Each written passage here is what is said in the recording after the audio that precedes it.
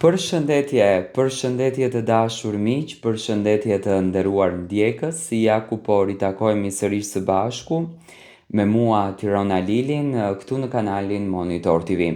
Në fakt më keni pyetur shumë për sezonin e ri tashmë të Big Brother VIP 6, një sezon që ka filluar të komentohet goxha herët, që përflitet për të shumë herët, si do t'jetë shtëpia, kush do t'jenë banorët e kastit, çfarë luksi do t'ketë, kush do t'jetë moderatori, kush do t'jetë opinionisti, kush do t'jetë moderator në fan club. Në fakt ka patur shumë komente të ndryshme, që unë i qëndroj jam i bindur që do me thënë moderator do t'jenë ato të cilët kanë qenë gjithmonë, që në kuptohet Ledioni, dhe më pas në këtë rast kemi dhe Sarën si producente, dhe dyshoj që Arbër Hajdari dhe Monika Kryemadi do t'jenë në rolin e vazhdueshëm edhe këtë vit të opinionistit.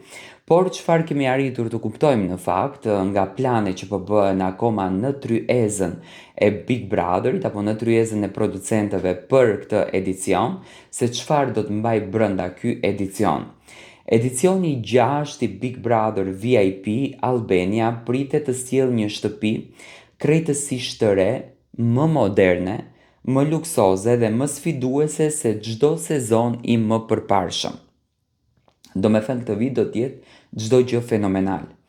Edhe pse nuk ka ende një prezantim zyrtar të shtëpisë, duke u bazuar te mënyra se si evulon zakonisht formati, mund të imagjinohet një ambient me teknologji të avancuar, ndriçim spektakolar dhe hapësira të projektuara për të krijuar dinamika të forta mes të gjithë banorëve.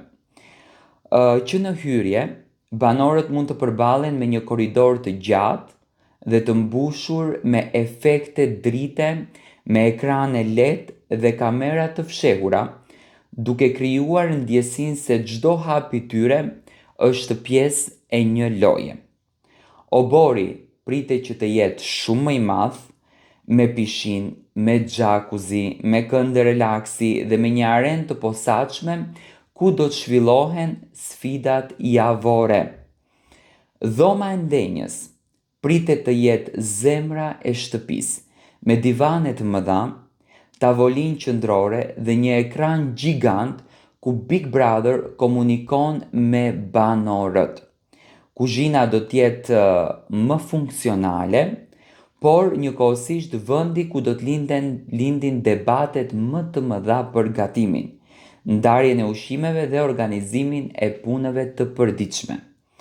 Dhomat e gjumit, do me thënë prej te kuzhina të kalojmë te dhomat e gjumit, dhomat e gjumit do të kenë një stil të ndryshëm, ku secila do të krijon një atmosferë të veçantë.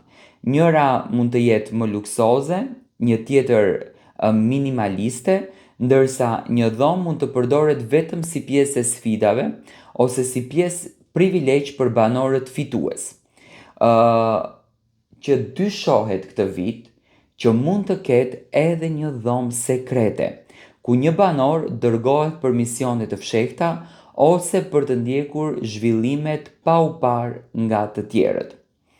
Dhoma e rrëfimit, që është dhoma më e veçantë, mbetet një nga ambientet më të rëndësishme. Aty banorët flasin vetëm me vllaun e madh, rrëfejnë emocionet, rrëfejnë strategjitë, rrëfejnë mendimet e tyre pa ndërhyrjen e banorëve të tjerë.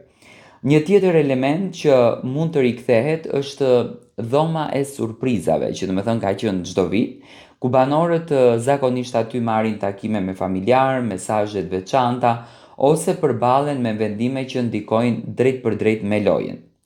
Tani, shtëpia, që ta kemi parasysh, nuk ndërtohet rastësisht. Çdo ambient është menduar për të krijuar bashkëjetesë, sfida dhe ndërveprime mes banorëve.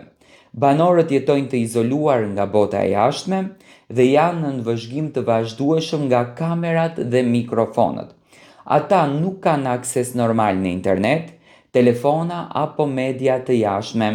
Tani, do me thënë, këto janë pak e shumë shtëpia se si do të duket këtë vit. Do me thënë pritet një shtëpi shumë më gjigande se sa vitet e tjera.